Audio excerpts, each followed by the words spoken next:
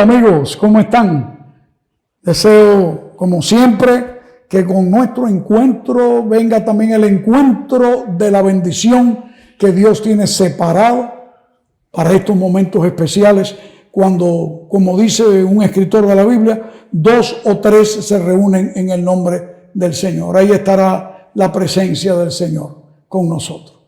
Hay algunos de ustedes que tal vez durante estos días ha tenido que pasar alguna prueba, ya sea por enfermedad, por problemas de la pandemia, por secuelas que vienen, por falta de algo que necesitan. Bueno, yo quiero decirles a ustedes que Dios sabe de lo que nosotros tenemos necesidad y Él va a proveerlo sin lugar a dudas. Seguimos hoy con nuestro punto sobre punto. Le hemos llamado así porque hay un texto de la Biblia que dice renglón tras renglón, línea sobre línea, precepto sobre precepto, y nosotros queremos también ir punto sobre punto de lo que estamos tratando, porque estamos repasando historia, doctrina, profecía. Llegamos hasta el imperio férreo de Roma, Babilonia, Medo-Persia, Grecia y Roma. Todo eso fue predicho con mucho tiempo de antelación, impresionantemente. Y al llegar a Roma, vemos, como ya dijimos, que no fue eterna. Roma llegó al punto de creerse que era la dueña del mundo. Y, por cierto, crearon una red de carreteras por todo su imperio que había llegado a dominar el mundo conocido. Por eso es que hubo un dicho que decía, todos los caminos llevan a Roma. ¿Has oído? Que se usa hasta el día de hoy. También seguramente has visto alguna vez el mapa que presenta el dominio de Roma. Roma había llegado a dominar el norte de África, toda la parte del Medio Oriente, de Egipto, y luego el Medio Oriente hasta el norte ahí de los asirios, y luego, por supuesto, hacia el occidente, todo lo que hoy conocemos como Europa, desde el norte allá de Britania, la península ibérica, tenemos que ver con los francos, con los alemanes, toda la sección tremenda que va cubriendo hasta el mar Mediterráneo. De hecho, todo el mar Mediterráneo estaba flanqueado, rodeado por el Imperio Romano. Todo lo que se había era Roma. El latín llegó a ser hablado por todo el mundo conocido en ese tiempo, aunque el griego no se dejó de hablar nunca, porque los griegos fueron vencidos por los romanos, pero los romanos fueron vencidos por la lengua, porque el griego se siguió hablando en la forma más, no solamente coloquial, sino también cultural.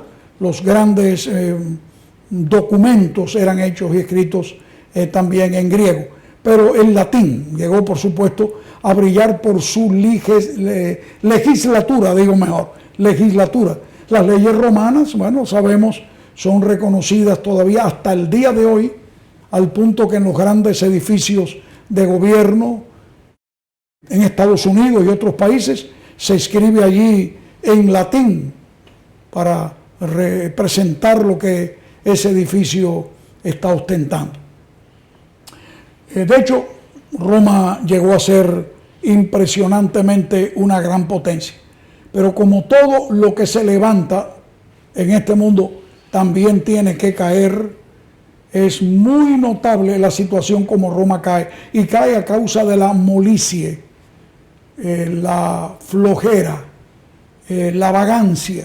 Los grandes generales romanos habían dominado sus conquistas por diferentes lugares, y ahora pues ya con sus recursos en dinero se compraron mansiones en la gran urbe, en Roma, y empezaron la tranquilidad. Ya Roma llegó hasta el fin del mundo.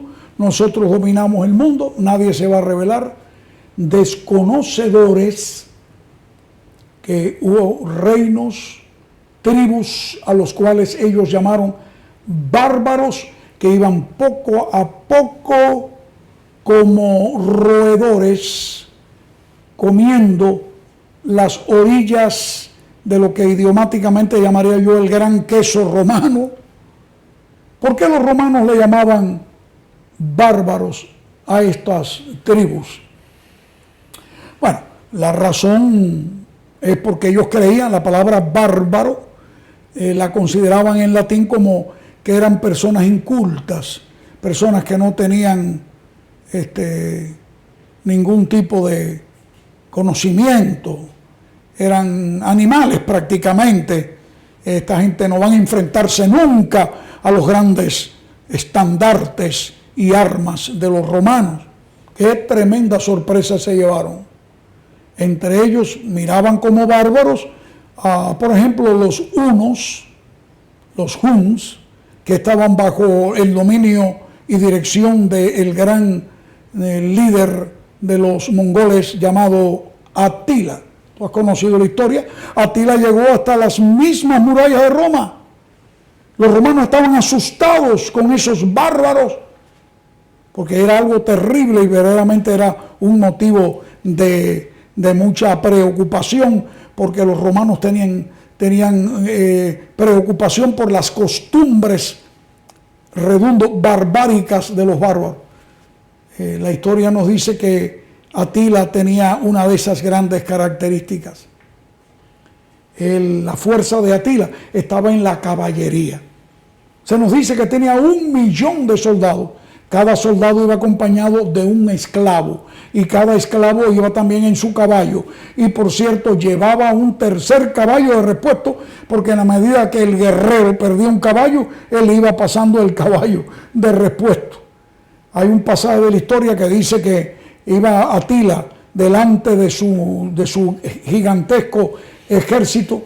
Había llovido torrencialmente por aquella región y el lodo del caballo llegaba hasta las rodillas, casi hasta el pecho de los caballos en algunos casos.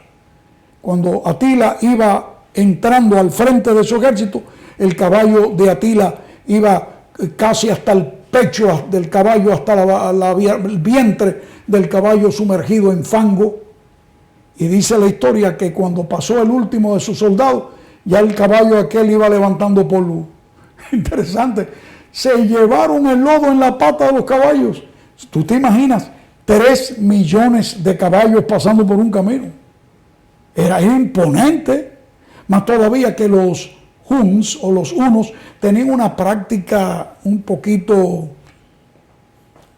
vamos a decir, asquerosa, diríamos algunos de ellos. Eran salvajes verdaderamente.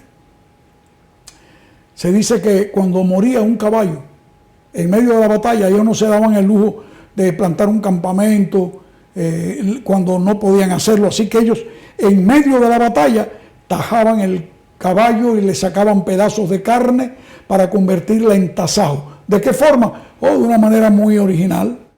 Ellos ponían el pedazo de carne debajo de la alfarda o de la montura que llevaban del caballo, la ponían debajo y entonces con el sudor de la misma bestia se iba curtiendo, se iba haciendo tasajo.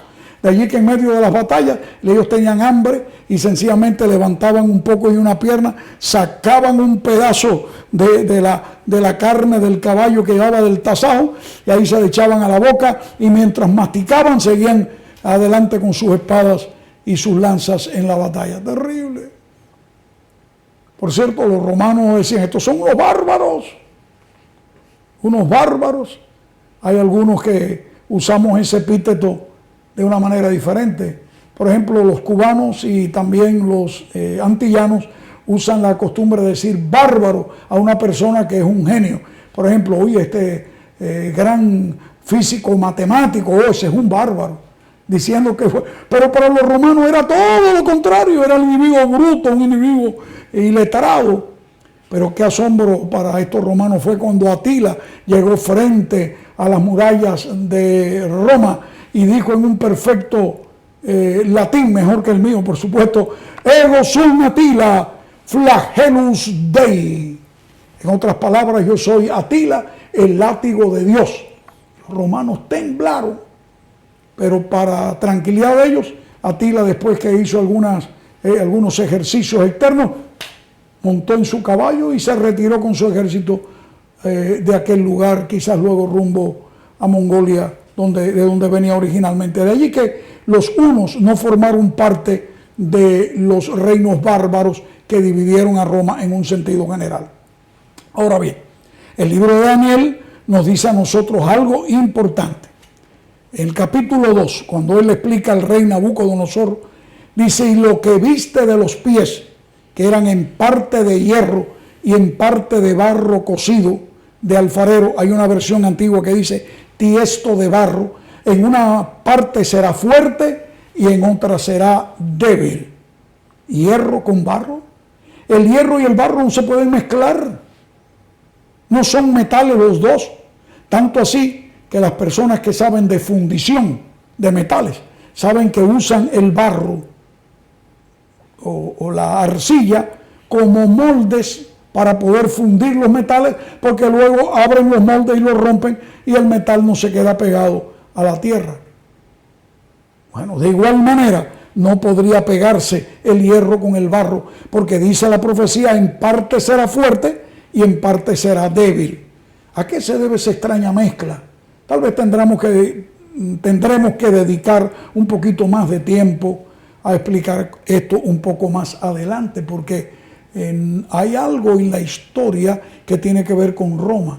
La Roma que al fin cae, porque en el año 476 ya de nuestra era, Odoacro, el jefe de los érulos, una de las tantas tribus bárbaras, llegó a dominar lo último que quedaba de las fuerzas romanas de Rómulo Augustulo, que fue el último que llegó a dominar el reino. Así como Rómulo y Remo, dice la tradición, los niños amamantados por una loba fundaron la ciudad de Roma. El que termina con Roma también se llama Rómulo, pero un Augustulo era un Augusto pequeñito, era un nadie, un don nadie, así lo reconoce la historia. Y al fin se termina lo que sería el imperio como tal. Y aunque todavía se mencionan, hasta incluso con nombres de emperadores y demás, de Roma y luego el Sacro Imperio Romano, pero eso tiene otro sentido, porque después de la Roma pagana vino una etapa llamada Roma religiosa. Por eso es que los pies, aunque Roma termina, todavía hay hierro en los pies. Y también va a estar hasta que venga el fin, cuando la piedra que representa el reino de Dios golpee la historia de este mundo y la destruya por completo. Estos reinos bárbaros eran, como ya hemos conocido, los suevos, burgundios, vándalos, anglosajones, francos, alemanes, lombardos, etcétera, etcétera. Eran 10 en forma especial, así como los dedos de los pies eran 10.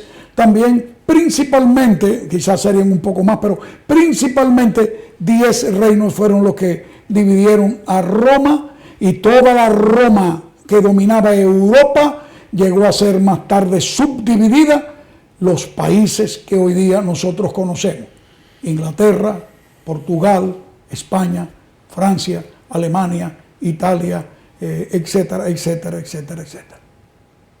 Mis amigos, no podemos continuar, el tiempo se nos fue nuevamente, pero hay algo importante que tenemos que ver. ¿Por qué no se pegarían el uno con el otro? Hay señales en la historia que nos muestran que hubo muchos intentos para poder otra vez unir a Europa. ¿O es que acaso la muy mencionada Unión Europea, con una moneda que ha unido varios países que no tienen fronteras, hará que Europa vuelva a unirse? Y lo que Dios dijo, que no se pegarán el uno con el otro, habrá de burlar el plan de Dios, que el humano vuelva a unir lo que quedó del Imperio Romano. Bueno, no puedo más.